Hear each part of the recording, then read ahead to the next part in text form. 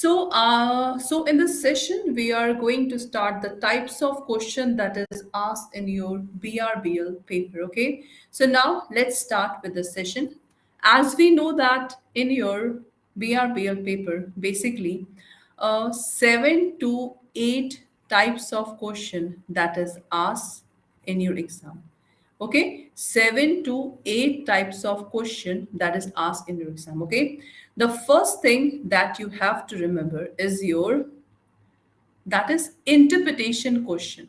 What is this? This is your interpretation question.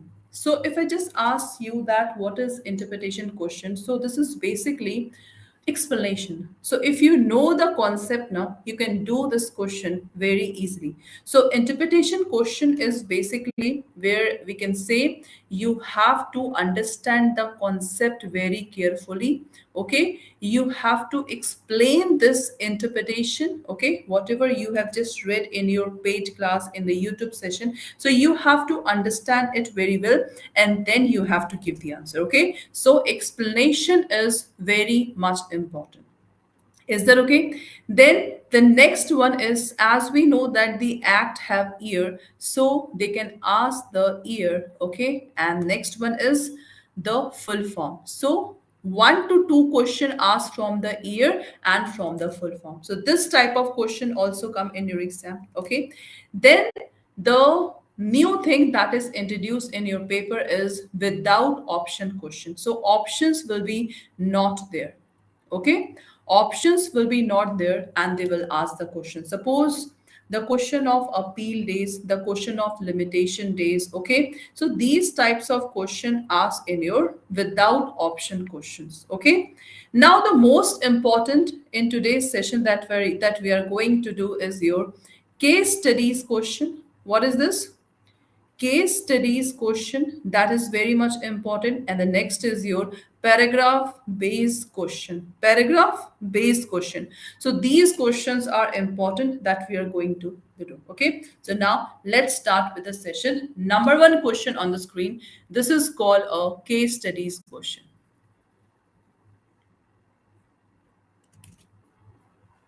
Okay, so this is called what? A case studies question. So now let's start with this one.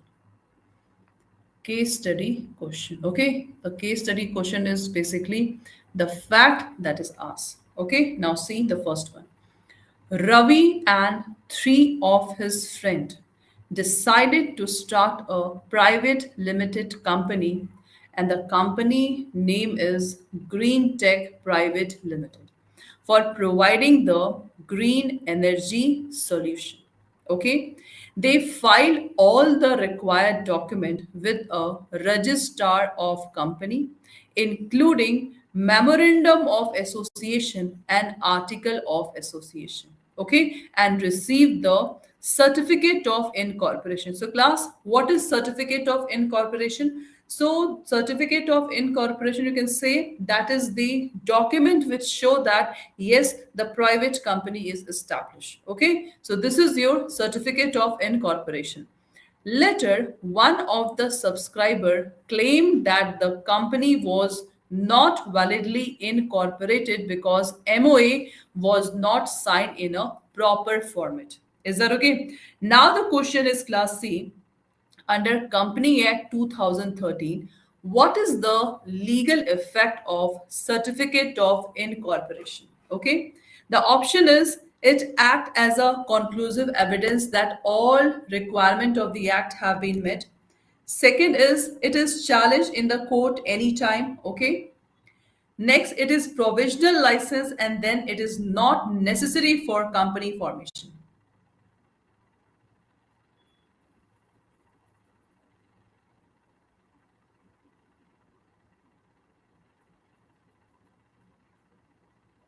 Yes, class. So what is the exact answer?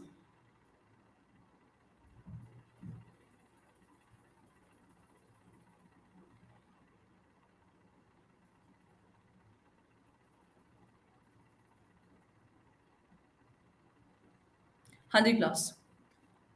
So, certificate of incorporation, we know that for the private limited company, the certificate of incorporation is very much important. Okay, so that's why class.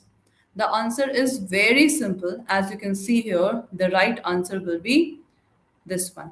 It act as a conclusive evidence that all the requirement of the act have been met. So this is the exact answer. Okay. So class, for a private company, you have to remember that certificate of incorporation is the conclusive evidence. Conclusive means now, from this document, we don't need any document for a private limited company. Okay. So that's why for the establishment of private limited company, we need the certificate of incorporation. So this is the exactly answer. Okay.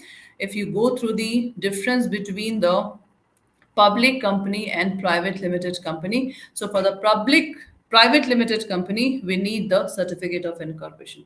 So this is called a case studies question. So case studies question is totally depend upon the fact. So when you know the fact very well, you can easily do these types of question. That is important. Okay. Now let's do the next question. The next question is this one.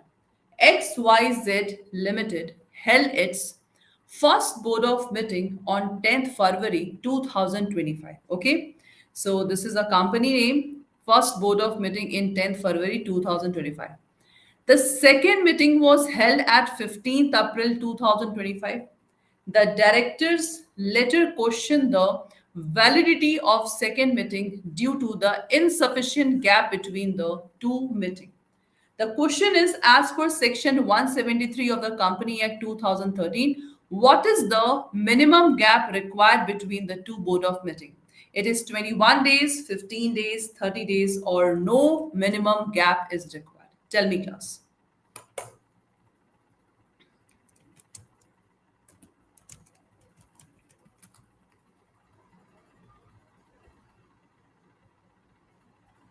This is again one of the most important questions.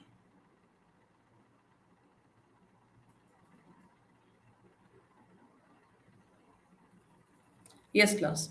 What exactly the right answer for this question? Suppose if you don't know section 173, it's okay. You have to apply your common sense and tell me what exactly will be the answer. It is 21 days, 15 days, 30 days, or no minimum gap is required. So class, according to section 2, as we can see here, 30 days is the minimum days that's required. Okay, so C will be the right answer for this question. Is that okay? Next. ABC Limited wants to enter into the contract by supply of goods to the DEF Limited. So there are two companies, ABC Private Limited and the DEF Limited. So there are two companies where one of the director of ABC Limited hold a significant interest in DEF Limited. Okay. The board is unsure whether this transaction require any special approval. Okay. So class, what is the requirement under Company Act 2030 for the related party transaction? Number one, they can be entered without any disclosure. There must be approved by special resolution in every case. They require in some cases shareholder approval and they are strictly wrong. Exact answer of this question.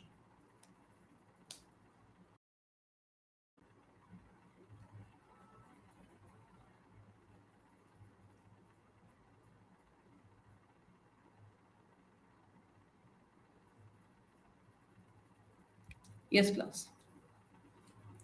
What is the requirement under Company Act for related party transaction? They can be entered without disclosure. They must be approved by special resolution in every case. They require board approval and in some case shareholders approval and they are strictly prohibited. Yes, class. So class, for this question, the right answer will be they require the board approval and in some cases shareholder approval. Is that okay? So class, these questions are called as a case studies question. Now let's do one, a paragraph based question. So paragraph based question is also based on the concept class. Okay. Now see the first concept. Expert Technical Private Limited is a private limited company incorporated under the Company Act. Okay. The company's memorandum of association state that the main object of the company is to develop and sell the software products for healthcare. However, during a board meeting, right, one of the director proposed to start the manufacturing medical devices to expand the company's operation.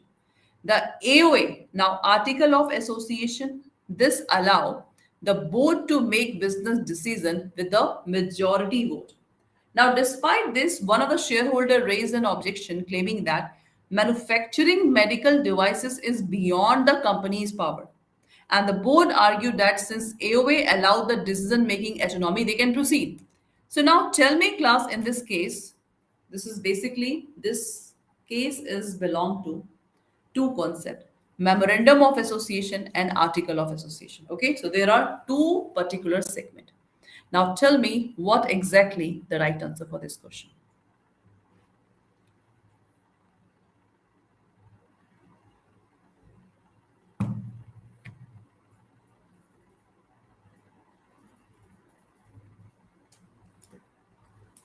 Okay, so this is basically the two concepts. Now let's do the one question of the paragraph. Which document define the company's primary scope of activities, class? Tell me.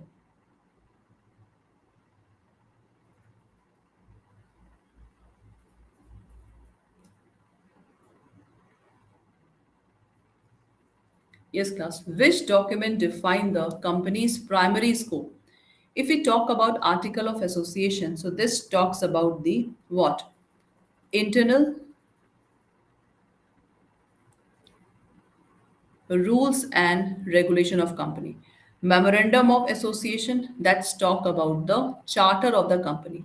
There are six clauses: name clause, capital clause, liability clause, register clause, okay, then association clause, name, capital, liability, register, association, and object clause. So in memorandum of association, there are six clauses that is mentioned here. Okay, board resolution and the shareholding agreement.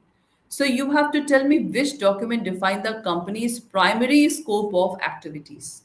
So there are four options. Tell me which of the following is the exact answer, class.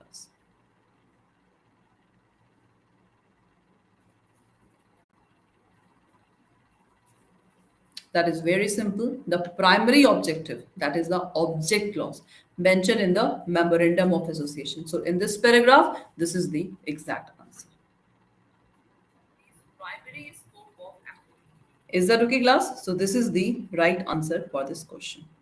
Cool. Next question. What is a legal term which means acting beyond the scope of MOA?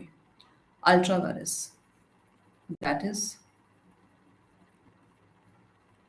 beyond the power. Intra vires, within the power. Ex parte. Ex parte is basically one side decision. Okay.